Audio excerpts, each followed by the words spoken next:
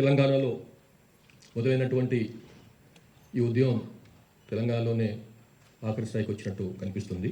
Maoist polit bureau సభ్యుడు దేవ్జీ సహా అగ్రనేతలు surrender అయినప్పుడు తెలంగాణ డీజీపీ శివధర్ రెడ్డి అన్న మాటలివి. ఒక్క బుల్లెట్ పేలకుండా, రక్తపు చుక్క చిందకుండా ఈ ఆపరేషన్ సక్సెస్ కావడం వెనుక ఒక మహిళ ఉన్నారు. సరెండర్ ప్రోగ్రాంలో క్రెడిట్ దక్కాల్సిన క్యారెక్టర్ ఆమె.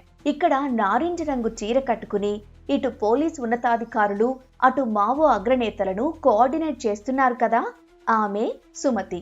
Special intelligence bureau SIB chief. సామరస్యంగా మావోయిస్టులను జనజీవన స్రవంతిలోకి తీసుకురావడం అంటే మాటలు కాదు, అది కూడా వాళ్లలో నమ్మకాన్ని నింపడం అంటే చాలా పెద్ద టాస్క్. కానీ 2 ఏళ్లలోనే 591 మందిని అజ్ఞాతం నుంచి మెయిన్ స్ట్రీమ్లోకి తీసుకొచ్చిన ఘనత ఆమెది.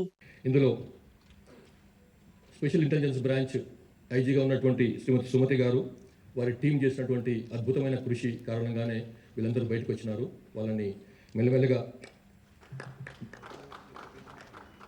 ఇప్పుడు ఉన్నటువంటి పరిస్థితులను గురించి అవగాహన చేయించడము, తర్వాత వారిని బయట తీసుకురావడంలో చాలా పెద్ద పాత్ర వహించారు. అట్లాగే వారికి ఐడీజీ ఇంటెలిజెన్స్ విజయ్ కుమార్ గారు కూడా నా యొక్క అభినందనలు. సుమతి ఎన్కౌంటర్లు, అరెస్టుల కంటే మావోయిస్టులను మెయిన్ స్ట్రీమ్లోకి తీసుకురావడమే సరైన మార్గమని నమ్మారు. ఇందుకోసం జీరో స్ట్రాటజీని ఫాలో అయ్యారు. మావోయిస్టులు ఎన్కౌంటర్లో చనిపోతే అమరవీరులు, అరెస్ట్ అయితే హీరోలు అవుతారని, కానీ వారు లొంగిపోతే జీరోలు అవుతారనే వ్యూహంతో ఆమె పనిచేశారు. దేవ్జీ వంటి కీలక నేతలను కూడా ఆయుధాలు వీడి జనంలోకి వచ్చేలా ఒప్పించడంలో సుమతి, ఆమె టీం చేసిన కృషి కనిపిస్తోంది. అందుకే దేవ్జీ సరెండర్ సమయంలో ఆమెను డీజీపీ ప్రత్యేకంగా అభినందించారు. ఆమె కృషి వల్లే మావోయిస్టు అగ్రనేతలు సైతం ప్రస్తుత పరిస్థితులను అర్థం చేసుకుని మెయిన్ స్ట్రీమ్కు వచ్చారని స్పష్టం చేశారు.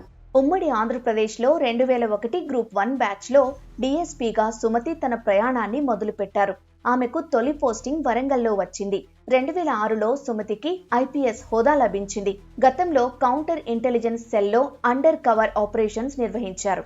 అలాగే సిఐడి మహిళా రక్షణ సెల్ డీఐజీగా పనిచేసిన అనుభవం ఉంది. సుమతి కెరీర్లో మరో విషయం ఏంటంటే 2004లో కాంగ్రెస్ ప్రభుత్వం మావోయిస్టులతో జరిపిన చర్చల్లోనూ పాల్గొన్నారు.